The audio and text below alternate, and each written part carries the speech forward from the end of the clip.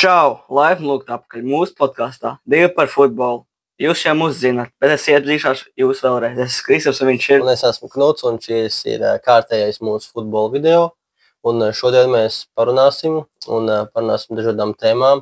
Piemēram, par ļoti tāda svaiga tēma ir šī brīža Latvijas minifutbola izlases sniegums pasaules kausā Omānā. Un arī parunāsim par šobrīdējo situāciju Spānijas līgā un arī Anglijas Premjerlīgā. Jo tur šobrīd ļoti spraiga cīņa par turnīru vadību. Spānijā noteikti Real Madrid, Barcelona sacenšās tur ļoti sīvi. Atletico Madrid ir 3. vieta, bet ļoti... Punktu skaits tur diezgan atšķirās. Punktu skaits ļoti līdzīgs, tuvs, un tur var viss kaut kas notikties. Un arī Anglijā ar Manchester City ļoti... Viņiem ir, 5-6 citas spēles bez, zaudējumiem. Viens neičir, bet šeit viņiem tas skaits kā zaudējums. Viņiem vispār tas ir ļoti, trausmīgi iesāks, šis posms. Un arī Peps Guardiola.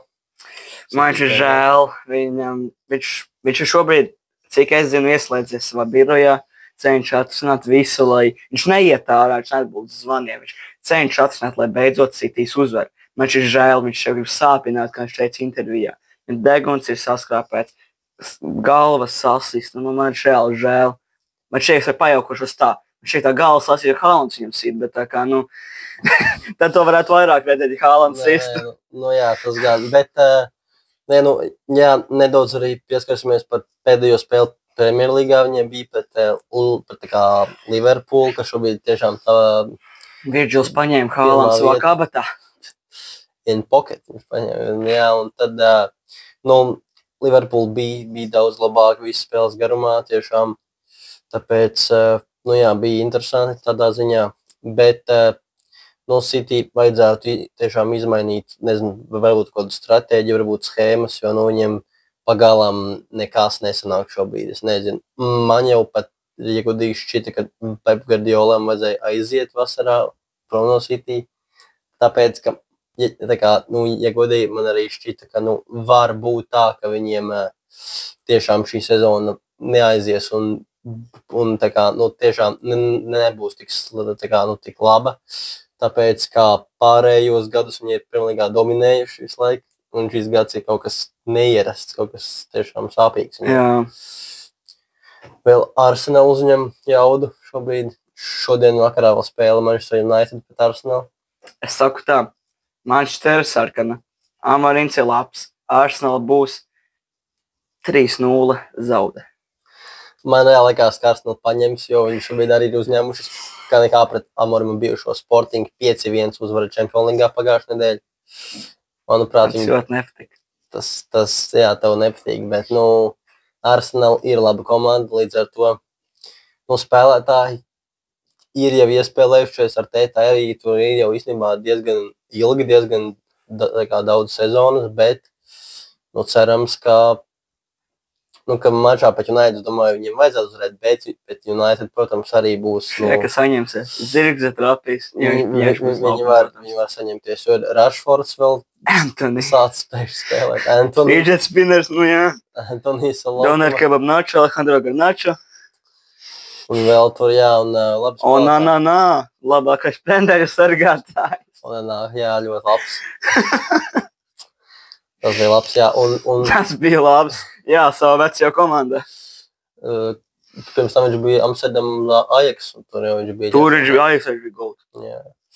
Labi. Tāpat kā Antoni. Jā, Antonijs arī tagad bija Ajaxā tad uzreiz, bet tagad nav tik labs, bet pieskarsimies varbūt vēl Spānijai. Tur arī šobrīd ļoti interesanti notiek turnīrs. Real Madrid atnāk apakaļ, sāk vinnēt atkal. Mbappé tomēr beidzot gūst vārdus pēc ilgas pauzes. 4 spēļi, 5 spēļi negūtiem vārdiem. Laikam kaut kas ap to bija, jā. Un arī Jules Bellingams ļoti labi spēlēs bija pret spēli. Un Barcelonai brīvdienās un iesdīja tiešām tādu sliktu spēli pret Las Palmas zaudējumu 2-1, kas tiešām likās, tāds cringe moments. Zini, cringe, kad tu saki vārdu cringe. Oi, nu, zin kā, nevajag šitā jau darīt. bet pēc tam tomēr vakardien bija spēle pret apakšgalu, man liekas, komandu vienu no, un 5-1 uzvarēja. Tur Lamīņa Malā 2 piespēles no flangiem ar pēdas ārpusi. Nu, viņam tas reāli padodās ļoti ierasts, tā kā tas ir diezgan viņam parocīgi, bet es tomēr, ja godīgi ceru, ka Real Madrid, viņam šodien spēle pret, man liekas, Getafi vai kaut kas uz to bija, un tā kā es ceru īstenībā, ka viņi uzvarēs un apdzīs Barcelonu. Es arī tā ceru, man Madrida labāk patīk kā Barcelona. Pat ja ne Barcelona Soma, tāpat Madrida labāk patīk. Nu jā, nezinu kā, šobrīd man tomēr, abās komandās man tā kā patīk reāli gan Lewandowskis Barcelonā, gan Mbappé Real Madridā. Tie ir tādi man reāli 2 mīļākie spēlētāji. Kas tas mīļākais spēlēs Barcelonā? Lewandowskis. Man arī. Madridē. Mbappé, tāpēc man ir grūti izšķirties. Man ir savādāk Madridē. Man daudz nepieļas. Man Carvajals ir mīļākais Madridē. Viņš nespēlē. Labi, šobrīd nespēlē, viņš spēlēja. Viņš kreisais aizsargs, tāpat kā es kādreiz. Viņš ir riktīgi labs, viņš tagad spēlē, viņš uzņemas to garu un Madrida vinnē. Nu jā, tas arī fakts. Labi, tad pieskarsimies tomēr minifutbolu. Noslēdzot, jā, minifutbolu Latvijas izlasēji, kā nekā tur arī mūsu Ogrinaidu spēlētājs. Andrejs Kondraķevs. Un top of the top.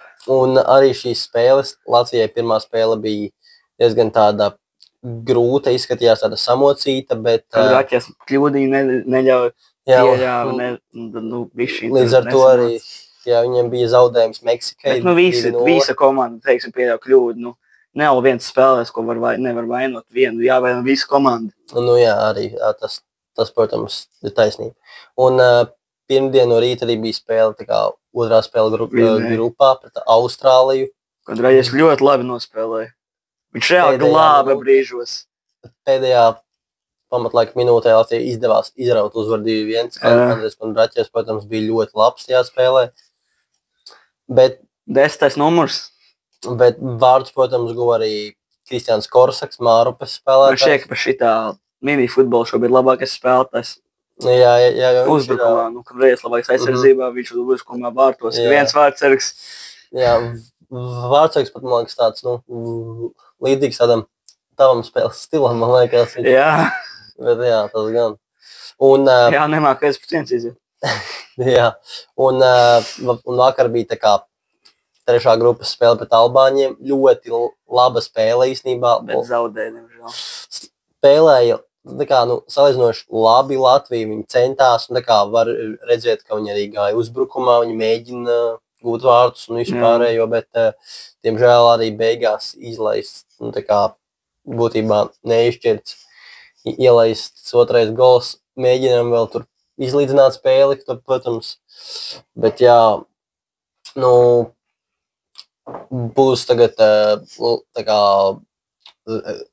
man šeit rītdien būs spēle pret Peru grupas. Jāvinē. Tur ir obligāti jāuzvar. Jā, man šķiet, ka Kondraķevs tev kā kapteini, viņš mildas aizsardzībā netic garām. Jā, Kondraķevs ir labs, bet, bet nevar viņš kerijot visu ar šolderē, viņš nevar būt kā Ronaldo.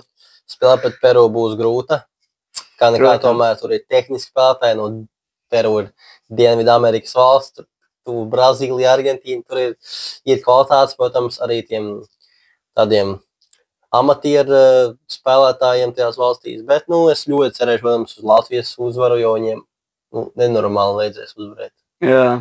Ļoti vajadzēs, tāpēc par to arī, cerēsim uz uzvarām. Es par kaut ko vēl runāsim? Es domāju, nē, jo, šobrīd, šodien un arī rītdien ir tā kā, man liekas, Anglijas Premjerlīgā spēles. Ir arī, man liekas, Chelsea Tottenham būs, man liekas, būs svētdien, tā spēle, man liekas, tā arī būs interesants. Nikolais Jackson. Bet jā, es domāju, godīgi, ka Nikolais Jackson, es domāju, Chelsea uzvarēs, manuprāt. Kukurēla jādīs savus. Kukurēla, jā. Jā, Tad, jā. Ir tiešām interesants spēles, ir arī interesants, tā kā skatieties un baudiet.